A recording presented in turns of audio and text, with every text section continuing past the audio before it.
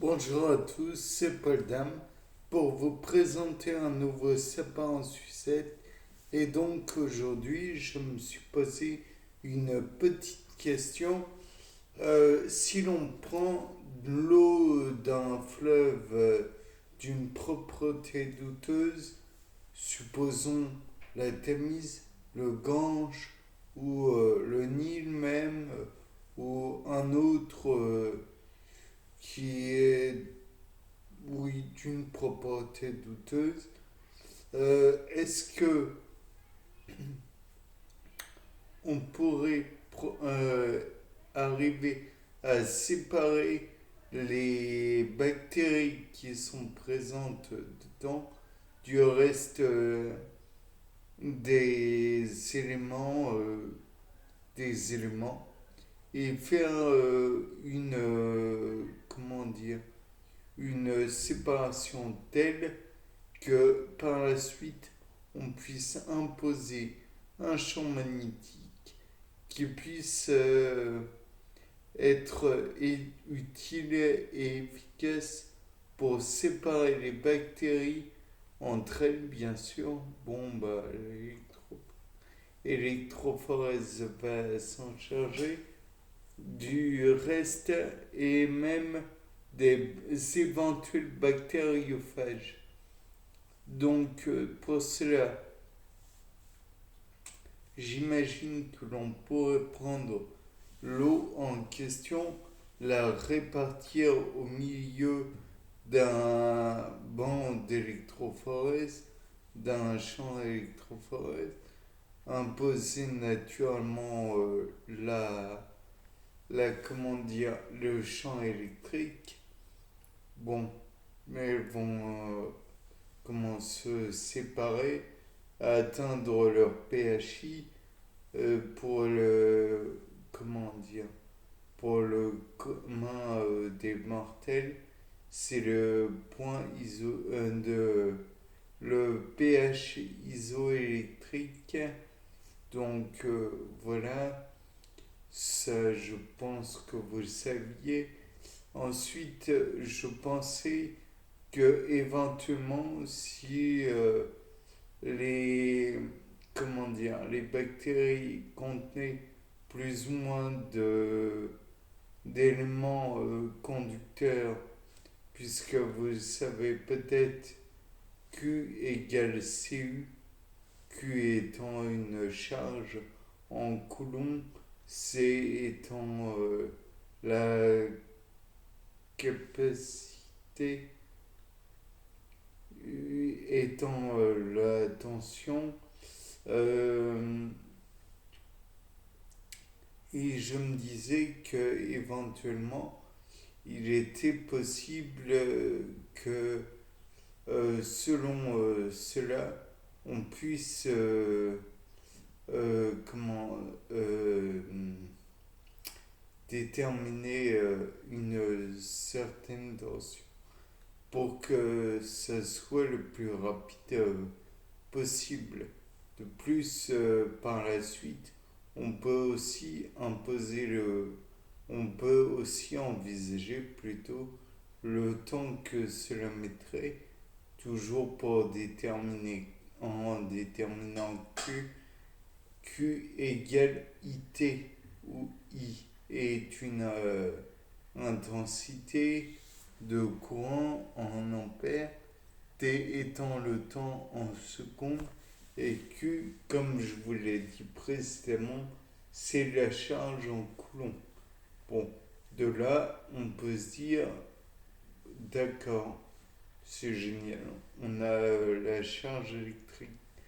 Mais il y a une autre chose que je vous ai dit, je crois précédemment, à savoir le champ magnétique. Donc, comme vous le savez, un aimant, c'est un pôle plus, un pôle moins. Bon, de là, tout le monde c'est peu intéressant. Mais je me suis dit que si on entoure le banc d'électrophorèse avec suffisamment de fils de cuivre, euh, on va faire un électroaimant avec un pôle plus, un pôle moins, qui serait en fait, qui coïnciderait en fait avec l'anode et la cathode pour les pôles positifs et négatifs. De là, on pourrait se dire, euh, au-dessus, par-dessus plutôt, on pourrait faire éventuellement comment dériver les échantillons et peut-être que plus il y a de métaux lourds ou plus il y a d'éléments métalliques ou que sais-je encore, cela va se diviser. Et plus au contraire l'élément est propre, si je puis dire, ça n'a pas vraiment de sens, plus l'élément va aller vers une autre électrode. Encore une fois, ce n'est que de l'hypothèse, donc il est possible, il est même certain qu'il y ait beaucoup d'erreurs. Je reste tout de même convaincu qu'il peut y avoir une division selon les champs magnétiques. Après, il est vrai que ça ne serait peut-être pas aussi flagrant que lors de l'électrophorèse. Peut-être même que cette expérience ne servirait à rien. Peut-être aussi que les bactéries et les bactériophages qui sont éventuellement dedans ou au dehors vont migrer de la même façon. Et donc, il n'y aura pas comment dire, division aussi flagrante qu'avec l'électrophorèse.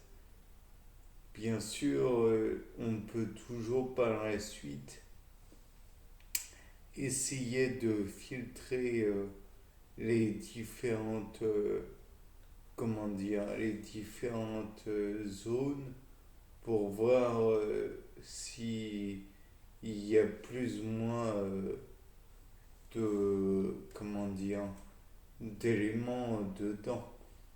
Et puis j'imagine que néanmoins, j'ai parlé comment, de pans solides où on étalerait l'eau de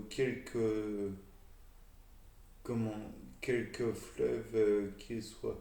Néanmoins, on pourrait peut-être essayer d'imposer le, le champ magnétique, voire même le champ électrique, dans des zones liquides en mettant dans une bassine les eaux en question et peut-être qu'il va y avoir une division et cela pourrait être relevé par des